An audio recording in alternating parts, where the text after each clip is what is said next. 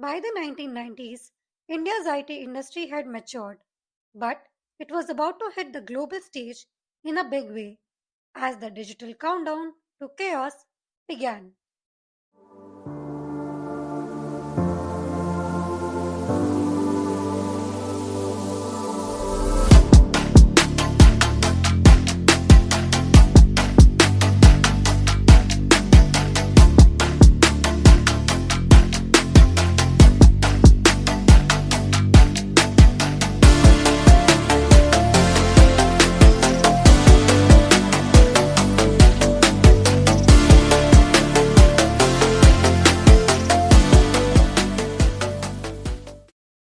Welcome back to Info Rush. I am Disha, I am Rudrakshi. and this is episode 6 When the Clock Struck Midnight, the finale of our series where we uncover the digital time bomb of the 90s and the birth of India's IT diaspora. In 1993, the US tightened visa rules. Visas became harder to get, and the new H-1 visa required proof that companies paid prevailing wages to immigrant workers. Oh, so this H1 visa rule isn't something new after all then. Right. This created a challenge and an opportunity. Indian IT companies began experimenting with a mixed delivery model. Some programmers would work at client sites in the US, others would stay in India, working from back offices. The result? Export revenues soared in the 1990s. Wait, can you hear that? Can anyone hear that?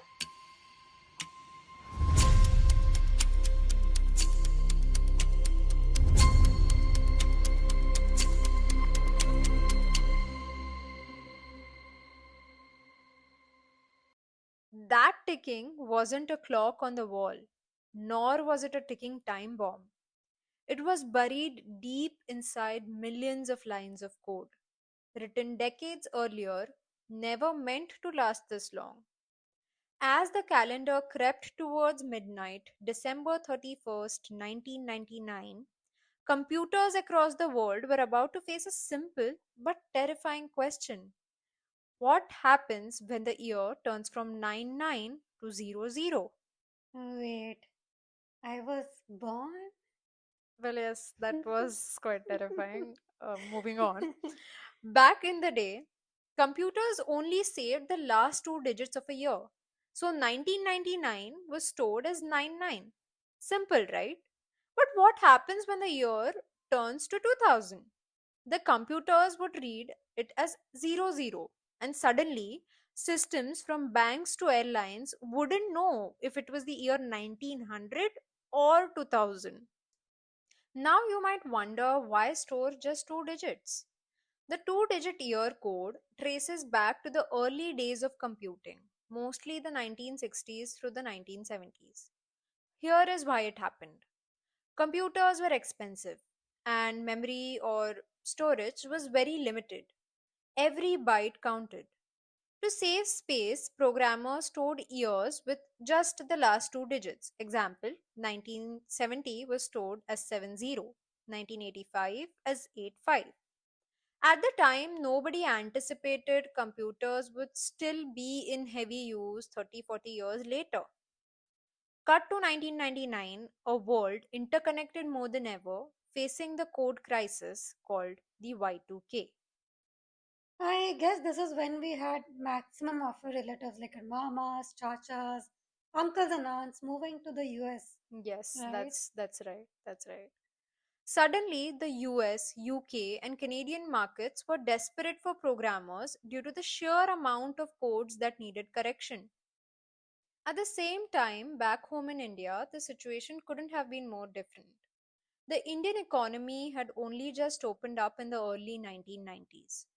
Private industry was still small, and for most engineers, there simply weren't enough jobs to go around. Demand for software talent inside India was limited. Salaries were low, and large scale tech projects were rare. For them, going abroad wasn't about ambition alone, it was about opportunity and survival. So when Y2K hit, it wasn't just a technology crisis. It was a moment where global demand collided with India's surplus of skilled but underutilized talent. And that collision changed the trajectory of Indian IT forever. Now, let us break down how this crisis was dealt with. First, programs were modified to store full four-digit years instead of two digits. Example, 99 was now stored as 1999 and 00 as 2000. The programmers went through millions of lines of code identifying where dates were used, like in interest calculations, flight schedules, or payroll. They rewrote or patched the code to handle the new century correctly. After fixing, systems were tested with dates like 31st December 1999 to 1st Jan 2000 to make sure they didn't crash. Programmers ran simulations to ensure everything from bank balances to airline schedules worked seamlessly. Some programmers worked on site in the US, directly updating critical systems. Others worked from back offices in India, handling large scale code audits and batch updates. Indian IT professionals filled the gap. The H1 visa quota skyrocketed, and a global IT diaspora was born. By the end of 1999, Indian IT was at an all time high. IPOs of software companies were oversubscribed. Venture capital began flowing into India for the first time. Hold on. IPOs, VC, these are too many heavy financial jargons. Can you please simplify for me? Sure. So, an IPO, it is an initial public offering. Imagine a company as a pizza shop that's been doing really well. An IPO is when the shop decides to sell tiny slices of itself to the public so anyone can become a part owner in proportion to the slices that they have bought. When Indian software companies went public, people rushed to buy these slices, showing huge excitement and trust in the industry. Venture capital is like a group of investors giving money to a promising startup pizza shop, hoping it will grow big and bring them a profit. In the late 1990s, foreign investors started putting money into Indian IT firms for the first time, helping them expand faster and take on global projects. So, all in all, the Indian IT industry had arrived globally, and its influence would only grow from there.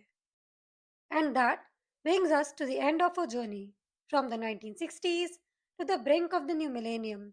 We started with fear, borders, and a bold idea. Could India build its own technological future? From the first electronics committee to ASL, TCS, and the early software exporters, we saw how vision, policy, and persistence laid the foundation. We followed the rise of entrepreneurs who turned scarcity into opportunity as IBM's exit marked a turning point. Training institutes, small startups, taking on giants, and the public sector banks that provided the lifeline for India's first IT pioneers. We witnessed the industry scale, adapt, and innovate from body shopping programmers to offshoring and then moving up the value chain from coding to design and finally the Y2K crisis. The story is clear. India didn't just follow trends, it created them. It was decades of policy, vision, and talent. And today, when we talk about Indian IT, global leaders, billion-dollar exports, and innovation hubs like Bangalore, we are witnessing the legacy of those first pioneers. That's the story of India's IT revolution and how India Inc. loaded onto the global stage bite by bite.